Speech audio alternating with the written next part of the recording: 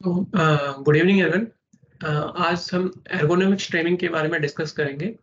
सबसे पहले आपको बताएंगे हम कि एर्गोनॉमिक्स होता क्या है। देन एर्गोनॉमिक्स की नॉलेज लेके हम अपनी लाइफ में क्या बेटर कर सकते हैं, एडवांटेज क्या है एर्गोनॉमिक्स की नॉलेज को जानने का।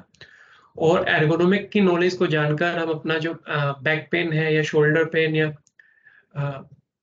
शोल्डर पेन, बैक पेन या अपर बैक पेन या बॉडी के किसी पार्ट में दर्द होता है, वो किस वजह से होता है और उसको हम कैसे ठीक कर सकते हैं। तो इसके बारे में हम डिस्कस करेंगे। आप सबसे रिक्वेस्ट है अपना म्यूट पे रखिएगा। जिसको कोई क्वेश्चन पूछना है वो अनम्यूट करके आप क्वेश्चन पूछ सकते हैं। तो इसमें हम आपको 2 वीडियो दिखाएंगे एर्गोनॉमिक्स से रिलेटेड, और बाकी पीपीटी के बताएंगे। जिसका भी अगर कोई क्वेश्चन है तो कोई पूछ सकता है क्वेश्चन में। तो स्टार्ट करते हैं। सबसे पहले एर्गोनॉमिक्स क्या होता है। एर्गोनॉमिक्स का मतलब होता है लॉज ऑफ वर्क, एर्गोनॉमिक्स। ये स्पेशली बेसिकली एर्गोनॉमिक्स का मतलब है कि अगर काम करते समय हम जितने भी इक्विपमेंट यूज कर रहे हैं, जैसे कुर्सी, लैपटॉप या टेबल या साइड पे भी कोई मशीन चला रहे हैं या आप गाड़ी चला रहे हैं, तो वो गाड़ी चलाते समय या बैठते समय जो भी इक्विपमेंट आप यूज कर रहे हैं, वो उन सभी इक्विपमेंट को आपकी हेल्थ के जिस आपके अनुसार डिजाइन करना चाहिए, ना कि आपको उस टेबल, कुर्सी या मशीन, कार जिसमें आप चला रहे हैं उसको आप उसकी तरह एडजस्ट हो। यानी कि जैसे आप बैठना चाह रहे हैं तो आपकी कुर्सी कंफर्टेबल होनी चाहिए, आप इजीली बैठ सके।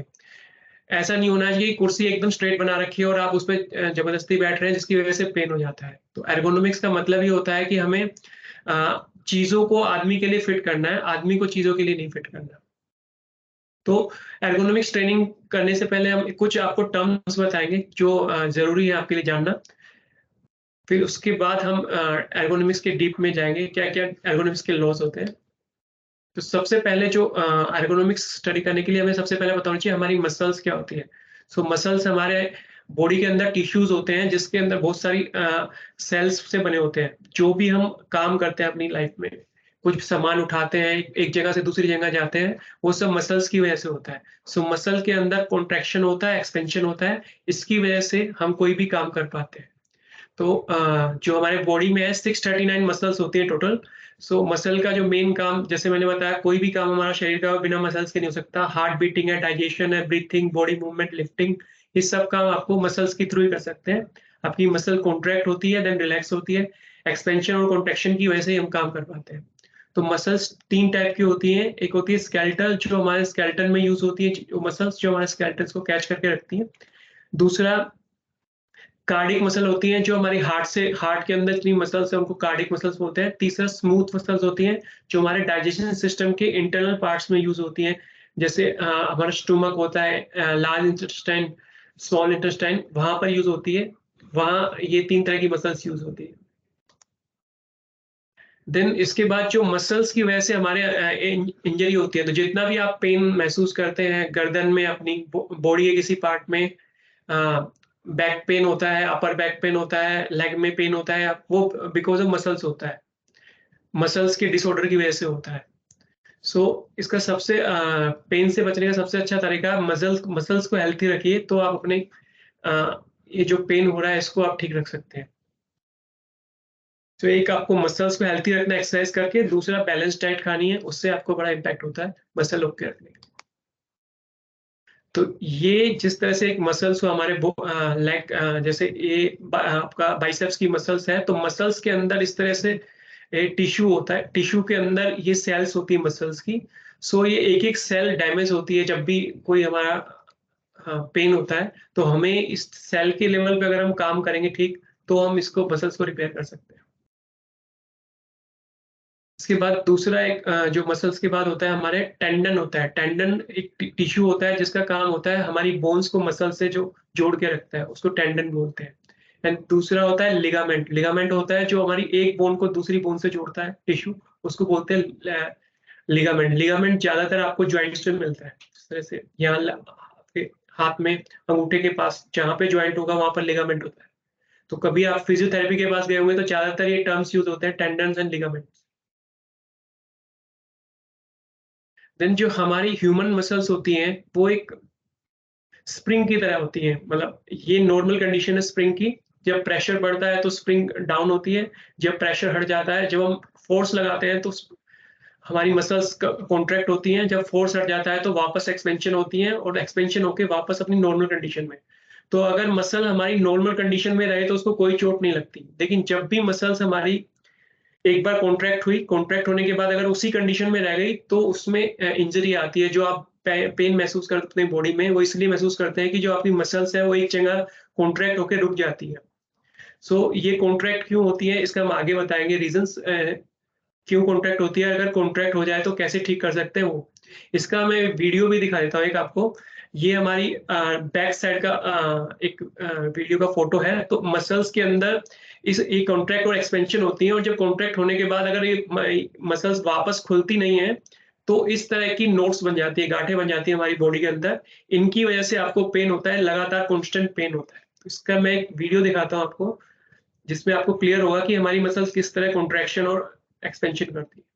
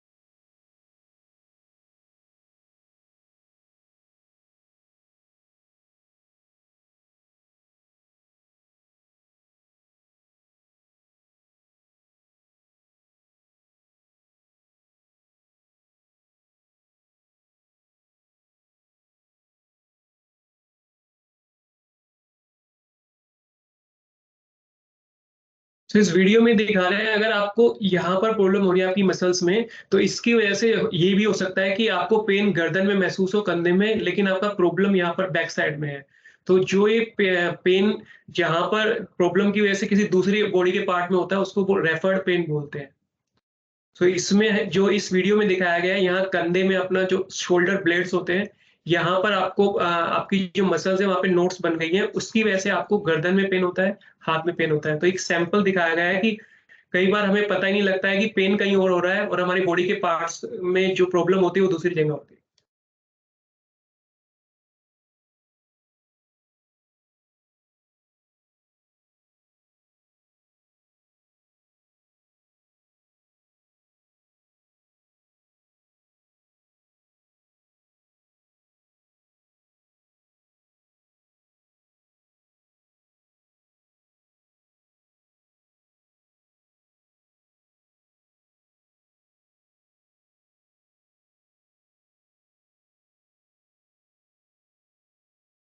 इसमें जो बोल रहे हैं अगर ट्रिगर पॉइंट कहीं पर भी एक गार्ड बनती है हमारी बॉडी के अंदर, तो उसका जो पेन होता है आपका मैक्सिमम या तो हाथ में आएगा या पैर में आता है या गर्दन पे या कमर में।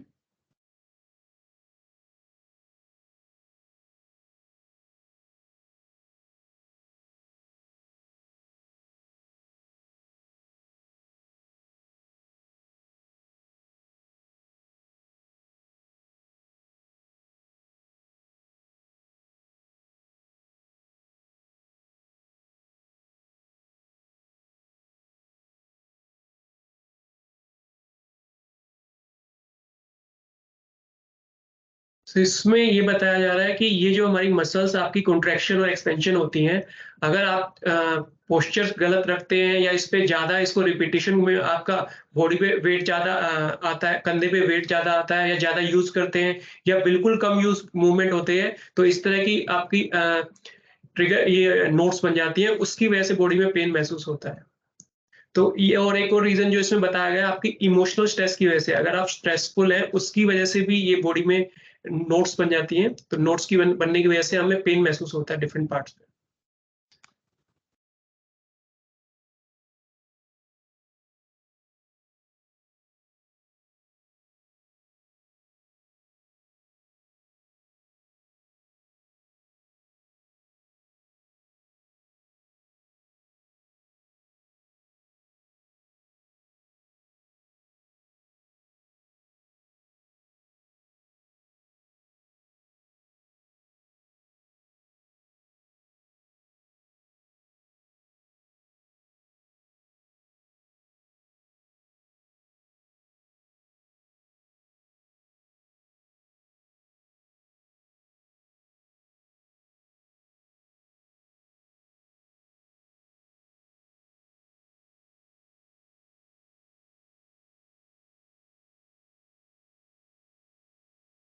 तो नेक्स्ट जो मैंने आपको स्टार्टिंग में बताया था, एर्गोनॉमिक्स, एर्गो और नॉमिक्स नाम के दो वर्ड से मिलकर बना है। एर्गोन का मतलब होता है वर्क एंड नॉमिक्स का मतलब होता है नेचुरल लॉज।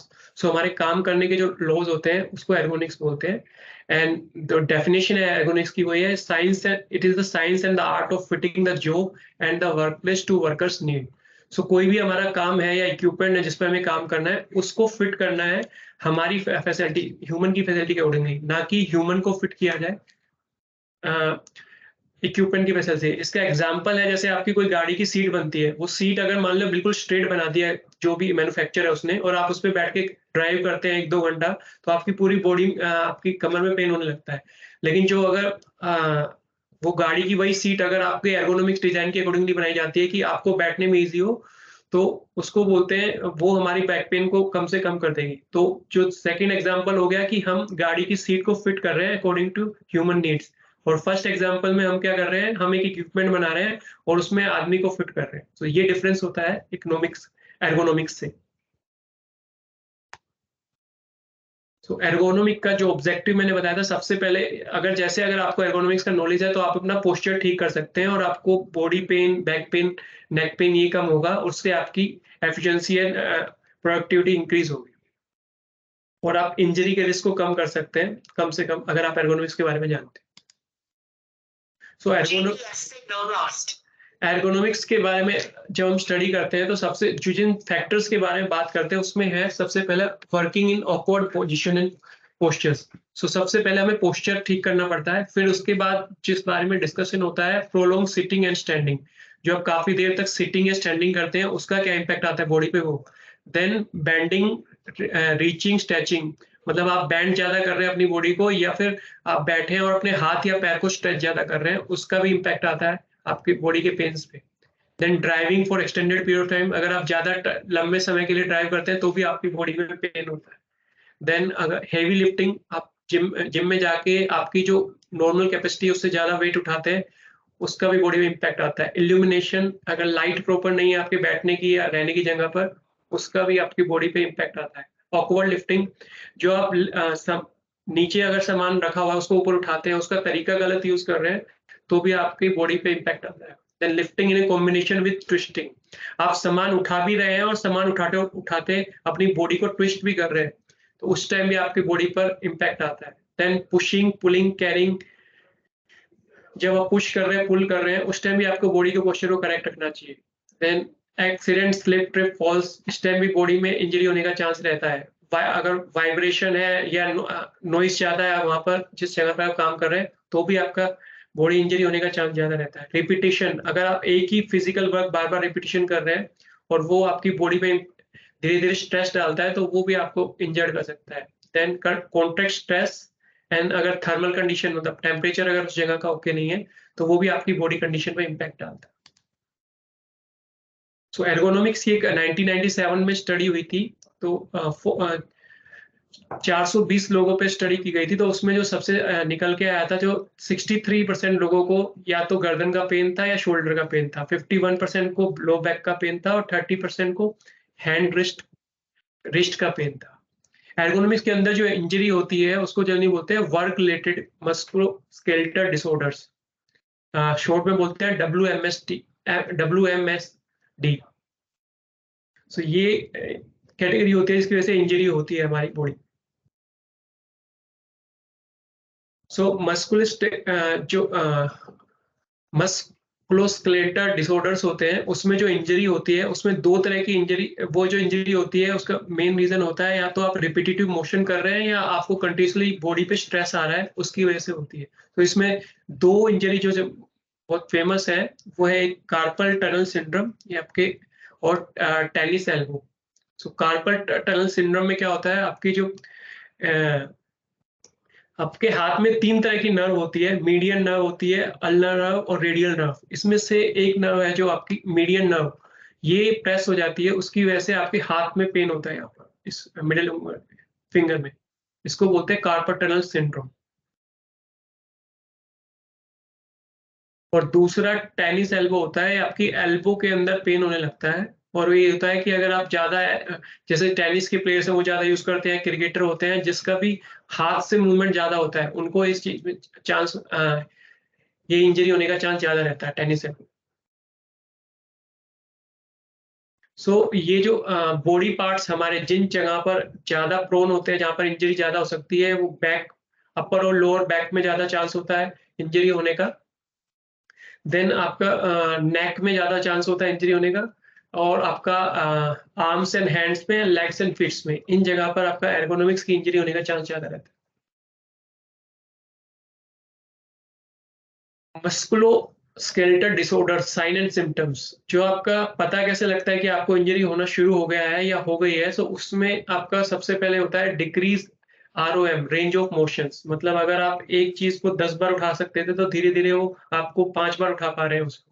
इसकी वजह से आप में आपको सिम्पटम्स मिलते हैं, कि साइंस मिलते हैं कि मेरे को ये इंजरी हो रही है, एर्गोनॉमिक्स से रिलेटेड इंजरी हो रही है, मस्कुलोस्केलेटल डिसऑर्डर्स हो रहे हैं। देन नंबनेस, आपके हाथ में नंबनेस होने लगती है, बर्निंग सेंसेशन होती है, टिंगलिंग होती है। आपकी जो ग्रिप है, आपके हाथ से जैसे आप ग्लास उठा रहे हैं, एकदम परफेक्ट ग्रिप बनती है, लेकिन अगर वही आपको इंजरी हो रही हो तो आपकी ग्रिप कम होती है, और कुछ केस में तो ग्लास का एक पेन भी नहीं उठाया जाता है, इतना ज़्यादा इंजरी भी होता है। स्वेलिंग होती है, पेन होता है, फटीज होता है, क्रैम्पिंग होती है। क्रैम्पिंग में जो मैंने अभी ऊपर आपको दिखाया था, जो मसल्स हैं हमारी, एक्सपेंशन होती है, एक्सपेंशन होने के बाद कॉन्ट्रैक्शन होती है, कॉन्ट्रैक्शन होने के बाद वापस वो नॉर्मल जगह पे नहीं जाती, कॉन्ट्रैक्शन होने के बाद वहीं जम जाती है एक जगह पे। इसीलिए आपने देखा होगा, जो हम ये जब भी किसी को चोट लगती है तो वो हीटिंग करते हैं। हीटिंग करने का एडवांटेज ये होता है कि वो जो मसल्स क्रैम्प हो गई है, एक जगह पर जम गई है, वो वापस उसको नॉर्मल पोजीशन में लाते हैं, और जब हीटिंग करते हैं उस टाइम हमें लगता है भी ठीक हो गया है, लेकिन जैसे ही वो ठंडा होता है, वो मसल्स वापस कंप्रेशन में आ जाती हैं। देन आपका जो बैक से रिलेटेड प्रॉब्लम होती है, उसके जो लीडिंग कॉज होते हैं, सबसे पहला कॉज होता है poor bad mechanic body mechanics, मतलब आपका पोस्चर करेक्ट नहीं होता। दूसरा, आपका stressful living and working condition होती है, उसकी वजह से पेन होने का चांस ज़्यादा रहता है।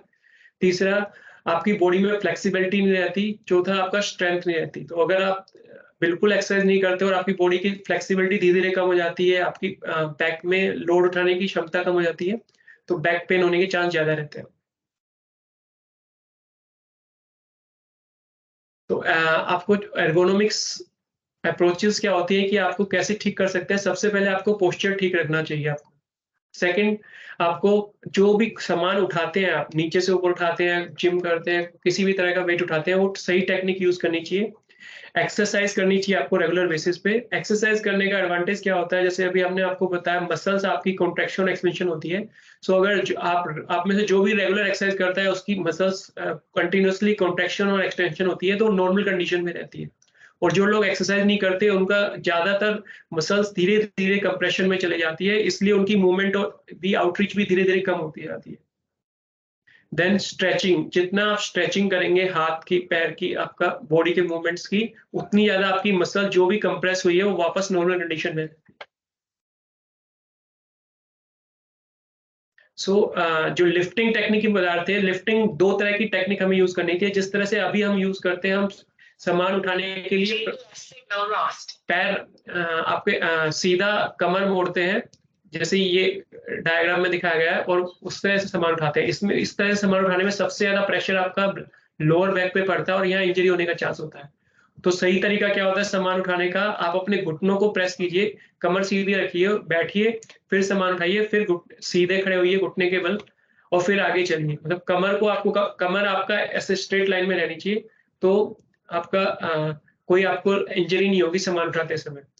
दूसरा एक और तरीका होता है, सामान जैसे गोल्फर आपके प्लेग्राउंड में बॉल उठाते हैं, तो वो क्या करते हैं, देखिए बॉल उठाते समय उनकी भी एकदम कमर स्ट्रेट रहती है, और ये वाला पैर पीछे से उठाएँगे, और इस हाथ से आपका बॉल उठाएँगे, वो झुक के नहीं उठाते। अगर आप इस तरह से गोल्फर पोज़ में भी उठाते हैं, तो आपकी कमर में कोई प्रॉब्लम नहीं आएगी। मतलब मेन इसमें ध्यान रखना होता है कि हमारी जो ये कमर की लाइन है, ये आपकी बिल्कुल स्ट्रेट रहे, सीधी।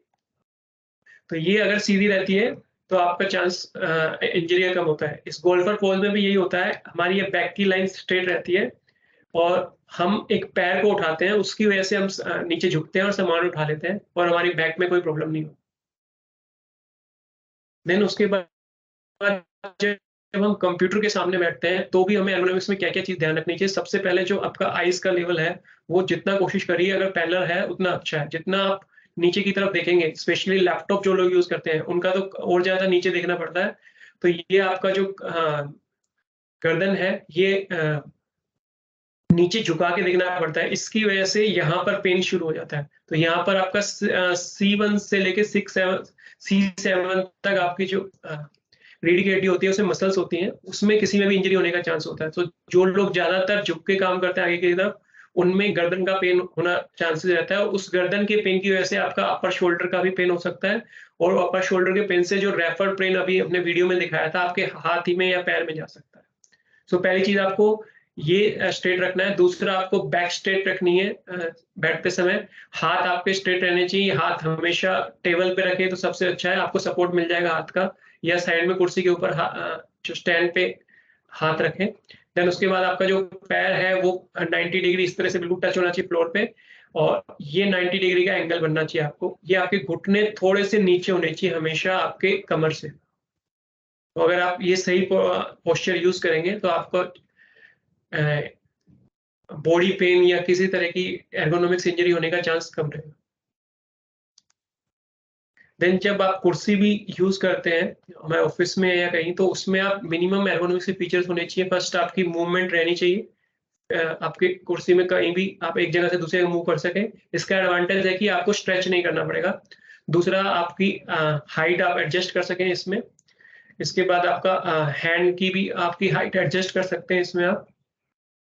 ये उसके बाद ये जो कमर है आपका पीछे का पोर्शन है कुर्सी का, आप इसको भी फ़ोल्ड कर सकते हैं आगे-पीछे, तो ये हेल्प करेगा। और ये एडजस्टेबल हैंडसेट होना चाहिए ताकि कभी सिर लगा के बैठना हो तो बैठ सकते हैं।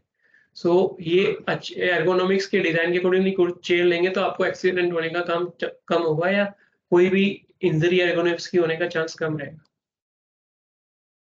देन एर्गोनॉमिक्स करते समय आपकी जो बॉडी मूवमेंट एक्सरसाइज क्या-क्या कर सकते हैं। जैसे आप यहाँ शोल्डर को कर सकते हैं, शोल्डर को ऊपर-नीचे इस तरह से आप कर सकते हैं एर्गोनॉमिक्स जैसे आपके शोल्डर में पेन होता है, आप बैठे हुए हैं और आपको शोल्डर में पेन महसूस हो रहा है, तो इस शोल्डर को अप डाउन कर सकते हैं, श्रग कर सकते हैं। नेक को आप up down left and right इस तरह से मूवमेंट कर सकते हैं। हाथों की आप मूवमेंट कर सकते हैं। देन आपकी बॉडी की जो हिप्स की मूवमेंट कर सकते हैं लेफ्ट या राइट साइड कुर्सी में होके। आपके हैंड्स की मूवमेंट कर सकते हैं ऊपर-नीचे करके। इसी तरह ये बैक की अपर बैक को घुमा सकते हैं ऊपर-नीचे। आप कुर्सी पे बैठे-बैठे आगे की तरफ झुक सकते हैं, खड़े होके आप लेफ्ट-राइट झुक सकते हैं और गर्दन आप आगे या पीछे कर सकते हैं। सो ये स्ट्रेचेज़ अगर आप करते रहते हैं तो आपका चांस कम इंजरी होने का।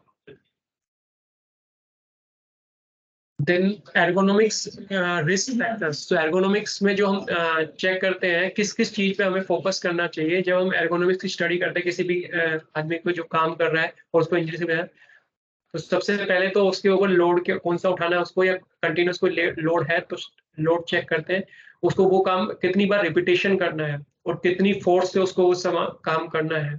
उसका पोस्चर क्या रहता है, उस जहाँ पर वो बैठा है वाइब्रेशन तो नहीं है, और जहाँ पर वो बैठा है उसमें स्ट्रेस तो नहीं है। इस तरह से फैक्टर एक-एक करके चेक किए जाते हैं। उसके अकॉर्डिंगली अगर किसी को कुछ प्रॉब्लम हो रही है, तो आप जैसे फिजियोथेरेपिस्ट पे जाएँगे, तो वो पहले देख तो ठीक करेगा उस इंजरी को, और फिर अगर आप उससे पूछेंगे रूट कॉज़ क्या होगा, तो फिर वो बताता है, आपसे पूछेगा कि आप किस तरह से बैठते हैं, चलते हैं, एक्सरसाइज करते हैं कि नहीं, तो आपको एग्ज़ैक्ट रूट कॉज़ पता लग सकता है कि आपको क्यों पेन हो रहा है।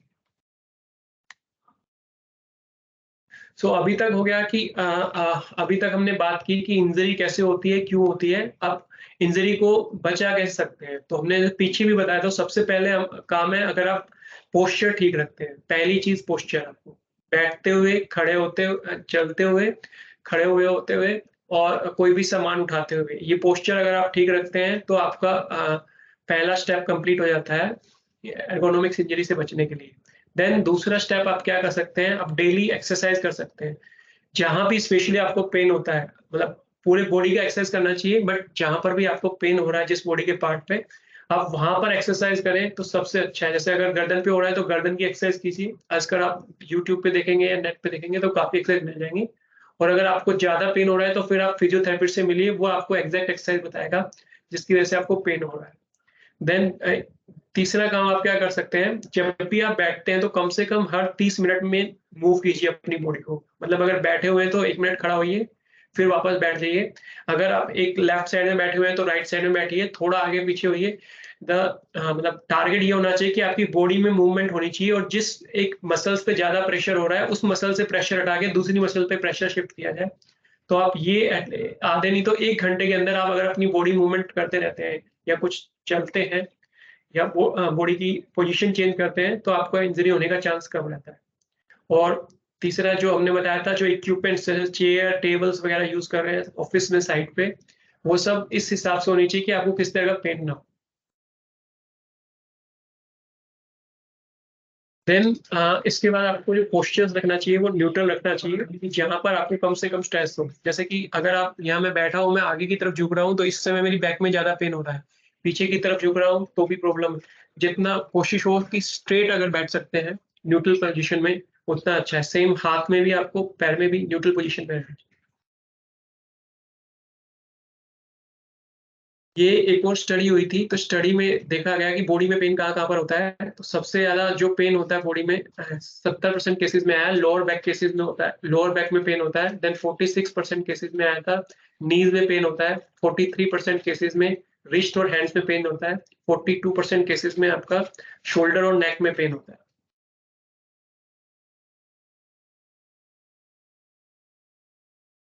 फिर इसके बाद जो हम कंप्यूटर में बैठते हैं या कोई भी काम करते हैं, सबसे बड़ी हम गलती करते हैं कि या तो कमर ऐसे इस तरह से आगे स्लाउच होके बैठते हैं या फिर अपना गर्दन आगे की तरफ काफ़ी लंबे समय तक रखते हैं, जिसकी वजह से आपको ये इंजरी होने का चांस रहता है, पेन होने का चांस रहता है फ्यूचर में।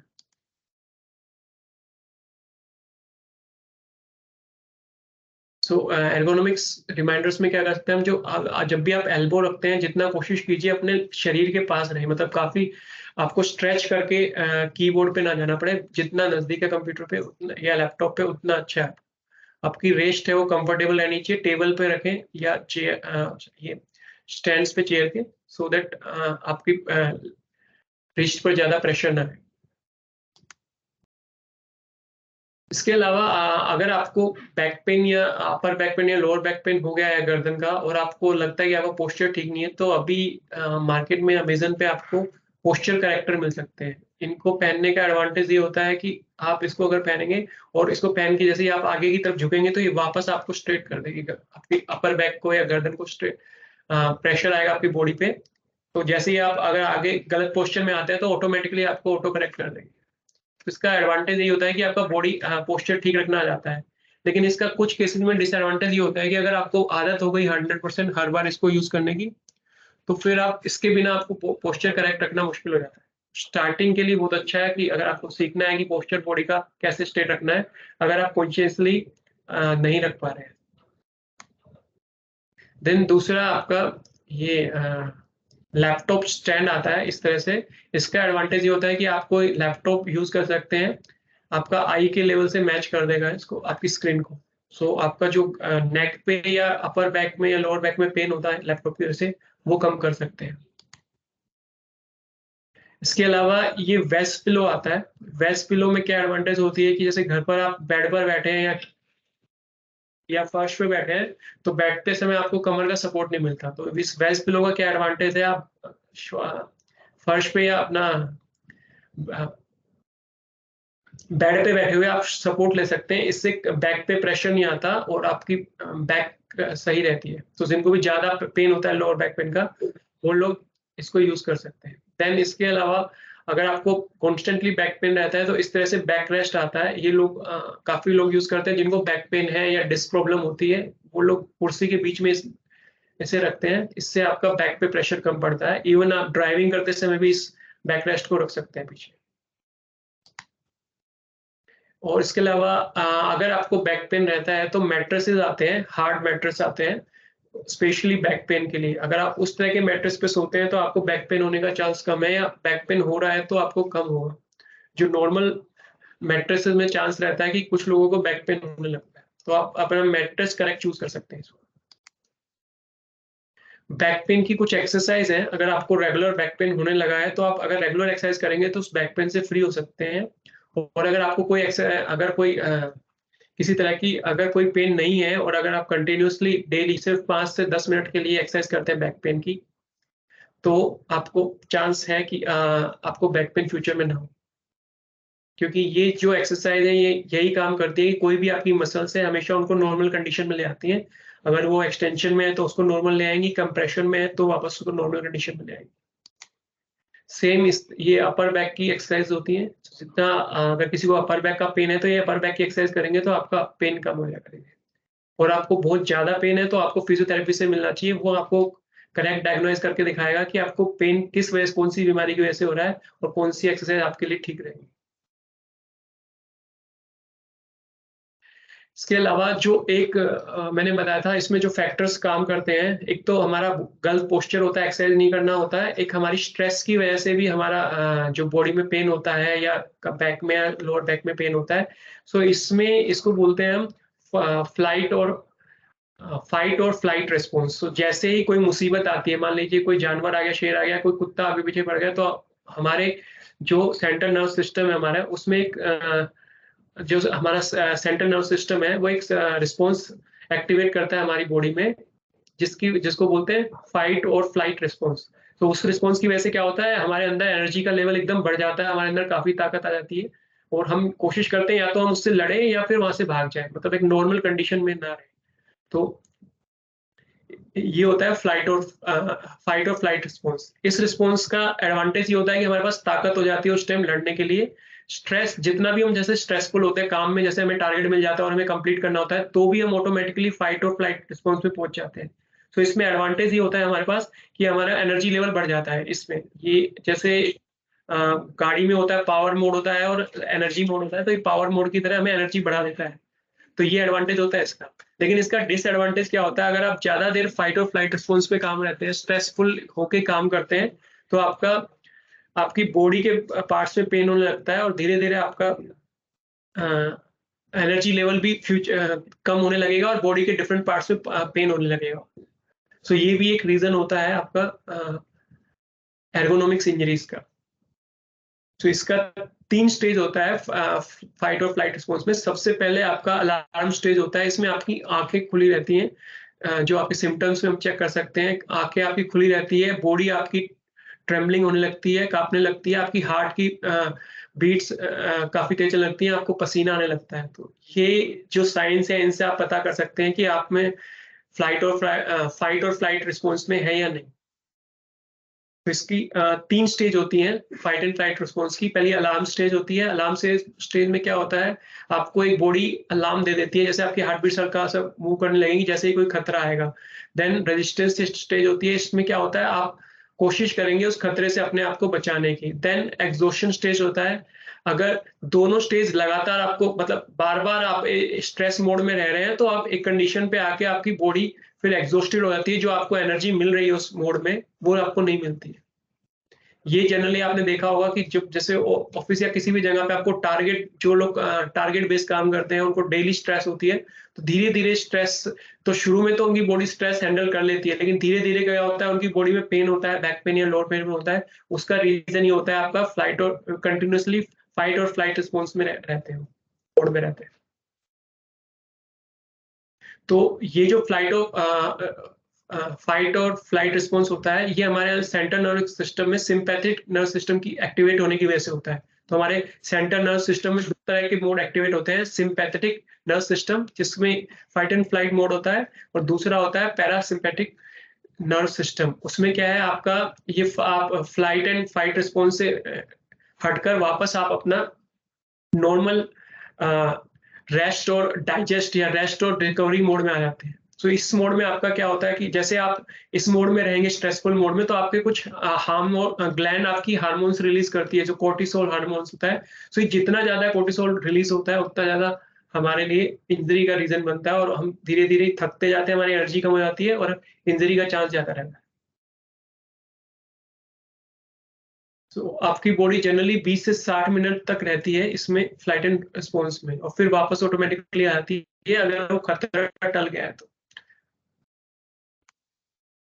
सो बेनिफिट इसका ये रहता है, आपका एनर्जी, इसका जो मैंने ऑलरेडी बताया कि एनर्जी बढ़ जाती है और आप डेंजर से सर्वाइव कर जाते हैं और आप अपने आप को तैयार कर लेते हैं कोई भी डिफिकल्ट काम करने के लिए।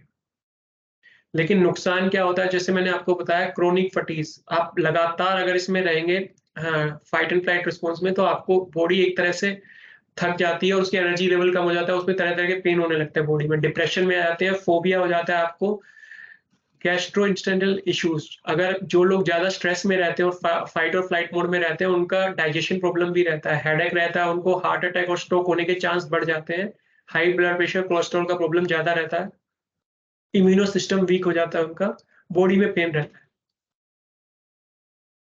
सो इसको हम कैसे कर सकते हैं कट? इसको सबसे अच्छा कट करने का तरीका होता है, एक होता है डीप ब्रीथिंग टेक्निक। आप जितना ब्रीथिंग टेक्निक डीप ब्रीथिंग करते हैं या बेली ब्रीथिंग बोलते हैं, तो आपका जो फाइट एंड फ्लाइट रिस्पॉन्स है, आपके माइंड को और बॉडी को कट कर देता है। तो आपको अगर जैसे माइंड में स्ट्रेस हो रही है, उसकी वजह से आपकी बॉडी में डिफरेंट जितनी भी तरह की प्रॉब्लम्स आती हैं, वो सब प्रॉब्लम आप धीरे-धीरे कट कर सकते हैं अगर आप डीप ब्रीथिंग लें। मतलब जैसे किसी को अभी जैसे स्टेज पे जाते हैं, स्टेज पे जाने के बाद हार्ट बीट्स होने लगता है फास्ट, अगर उसी टाइम आप 3 बार, 3 से 6 बार आप डीप ब्रीथिंग करते हैं, तो आप देखेंगे आपकी बॉडी मूवमेंट नॉर्मल हो गई है। चाहे आपके दिमाग में स्ट्रेस है, लेकिन आपकी बॉडी में स्ट्रेस नहीं रहती। सो ये सबसे अच्छा टेक्निक है, डीप ब्रीथिंग टेक्निक, अपनी बॉडी से स्ट्रेस को अलग करने के लिए। देन दूसरा है आपका, डेली आप रिलैक्सेशन एक्सरसाइज कीजिए, मेडिटेशन कर सकते हैं, विजुअलाइजेशन कर सकते हैं, इससे आपका काफ़ी हेल्प मिलता है, इससे स्ट्रेस से फ्री होने में। योगा कर सकते हैं, वॉकिंग कर सकते हैं, प्रॉपर आप स्लीपिंग कीजिए और अपने फैमिली से डेली मीटिंग कर मिलते रहिए, फ्रेंड से मिलते रहिए, इससे भी आपको बहुत एडवांटेज मिलता है इसमें।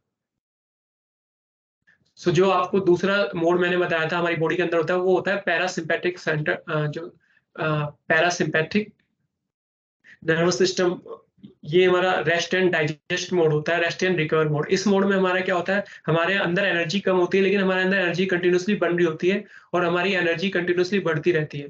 सो इस मोड में अगर हम जितना ज़्यादा रहेंगे, वो उतना हमारी बॉडी के लिए अच्छा है, क्योंकि इस मोड में हमारी मसल इंजरी होने का चांस कम रहता है, डाइजेशन अच्छा होता है, सलाइवा अच्छा बनता है, हमारा हार्ट रेट अच्छा चलता है, ब्रीथिंग अच्छी चलती है हमारी, बॉडी पेन कम होता है इस मोड में। तो इस मोड में आने का सबसे अच्छा तरीका है, आप मॉर्निंग में या इवनिंग में ये बेली ब्रीथिंग बोलते हैं, एब्डोमिनल ब्रीथिंग कीजिए। इसमें क्या किया जाता है कि आपका जो साँस है वो जब भी हम साँस लेते हैं अंदर, तो आपका पेट फूलना चाहिए, आपके बॉडी के चारों तरफ हिस्से, जैसे 360 डिग्री में एक मटका फूलता है, इस तरह से आपका पूरा कमर का हिस्सा फूलना चाहिए। अगर ये फूलता है, तो आपका देखेंगे आपका बैक पेन ऑटोमैटिकली कम हो जाएगा, चाहे लोअर बैक पेन है या अपर बैक पेन है। और जब हम जब लेते हैं, तो आपका पेट फूलना चाहिए और जब हम साँस छोड़ते हैं, तो पेट अंदर जाना चाहिए। सो ये एक अगर सुबह अगर हम 10 से 20 बार करते हैं, तो धीरे-धीरे हमारी बॉडी को आदत हो जाती है पेट से साँस लेने की। ज़्यादातर लोग देखिए, अगर आप अपनी साँस को मेज़रमेंट करके रखेंगे, जिस तरह से उन्होंने हाथ और एक हाथ अपना चेस्ट पे रखिए, एक हाथ स्टोमक पे, आप देखिए साँस कैसे लेते हैं। आप चेस्ट से साँस ले रहे हैं या पेट से साँस ले रहे हैं? तो जितना आप पेट से साँस लेंगे, आप उतना automatically rest and recover mode में आ जाएँगे। और जो लोग ज़्यादा चेस्ट से साँस लेते हैं, वो आपका फाइट एंड फ्लाइट मोड में रहते हैं ज़्यादातर। सो उस मोड में आपका इंजरी होने का या पेन होने का चांस ज़्यादा रहता है। सो इसका एक मैं वीडियो दिखाता हूँ आपको। ये ब्रीथिंग का किस किस तरह से करते हैं एब्डोमिनल ब्रीथिंग। ये आपका टेक्निक से आपको कई फ़ायदे होते हैं, मतलब एक आपका एक तो स्ट्रेस लेवल डाउन हो जाता है, दूसरा आपका किसी तरह की एर्गोनॉमिक्स इंजरी होने का चांस कम हो जाता है।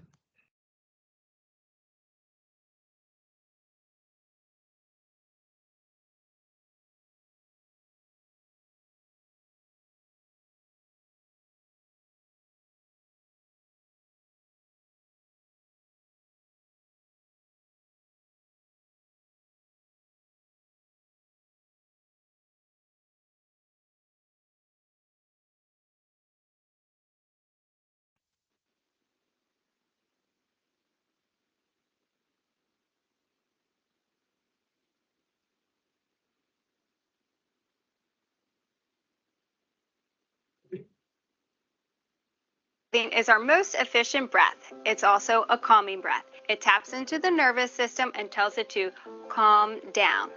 When we were first born, if there weren't any complications, we were all born as belly breathers. As we get older, we tend to become more thoracic chest breathers, much like this. So I'm going to teach you how to breathe. तो इसमें यही बता रहे हैं कि जब जैसे बच्चा होता है वो हमेशा पेट से सांस लेता है, जैसे जैसे हम बड़े होते हैं स्ट्रेसफुल होते रहते हैं तो हमारी जो चेस्ट जो ब्रीथिंग टेक्निक है वो बैली ब्रीथिंग से पहुंचकर आपकी चेस्ट ब्रीथिंग पे पहुंच जाती है।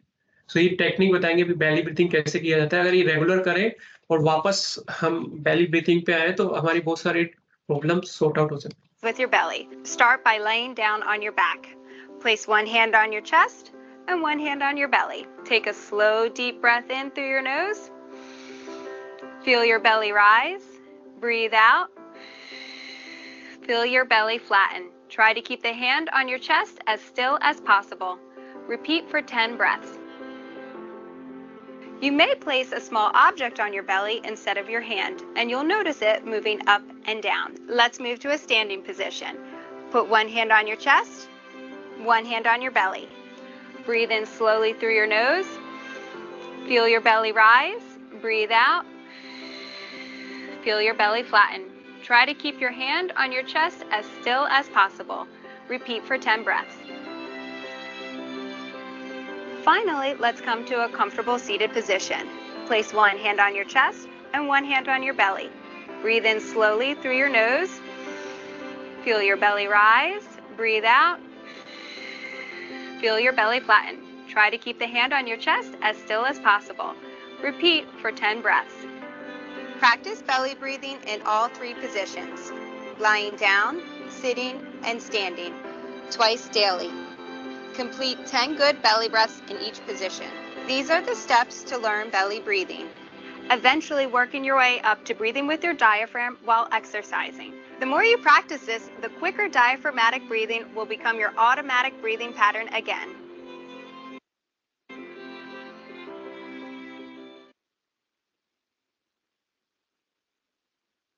तो इसमें यही दिखाया गया कि जब भी आप ब्रीथिंग करें, देखिए मैं एक एग्जांपल दिखाता हूँ कि स्टार्टिंग में जब हम करना चाहते हैं तो हमें ऑलरेडी आदत हो जाती है ब्रीथिंग करने की, कि हम नॉर्मली नहीं कर सकते। अगर आप अपना चेक करेंगे यहाँ हार्ट पे रख के और पेट पे रख के तो आपको पता लगेगा कि आप अभी भी जो ब्रीथिंग ले रहे हैं हार्ट से ले रहे हैं या पेट से लग रहे हैं।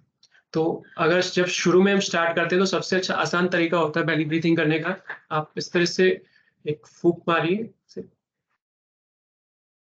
जब फूंक मारेंगे तो आपका पेट अंदर होना चाहिए और फिर उसके बाद नोज से सांस लीजिए। सांस लेंगे तो आपका पेट बाहर आएगा। अगर ये आप 10 बार करते हैं, 10 से 20 बार सुबह रोज, एंड देन फिर धीरे-धीरे दिन में भी करते हैं, तो आप देखेंगे आपका काफ़ी इंजरी कम हो सकता है और आपकी स्टोमक की प्रॉब्लम, पेट की प्रॉब्लम, स्ट्रेस की प्रॉब्लम आपकी कम हो सकती है।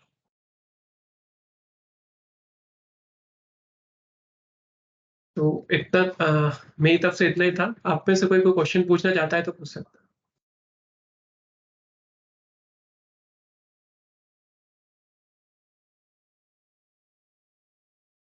किसी का कोई क्वेश्चन है?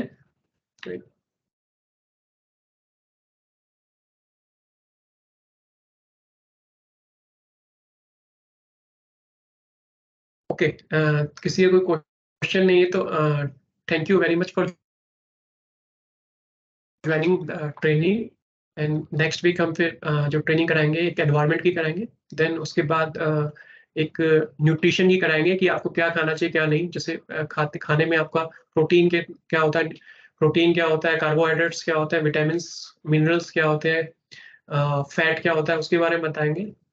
देन उसके बाद एक मेडिटेशन पे ट्रेनिंग कराएंगे। आप में से जो कोई मेडिटेशन सीखना चाहता है तो उसके बारे में हम बताएंगे। सो एक ये 3 ट्रेनिंग अगले 3 वीक्स में हम कराएंगे। Thank you very much for joining the training. You can leave now.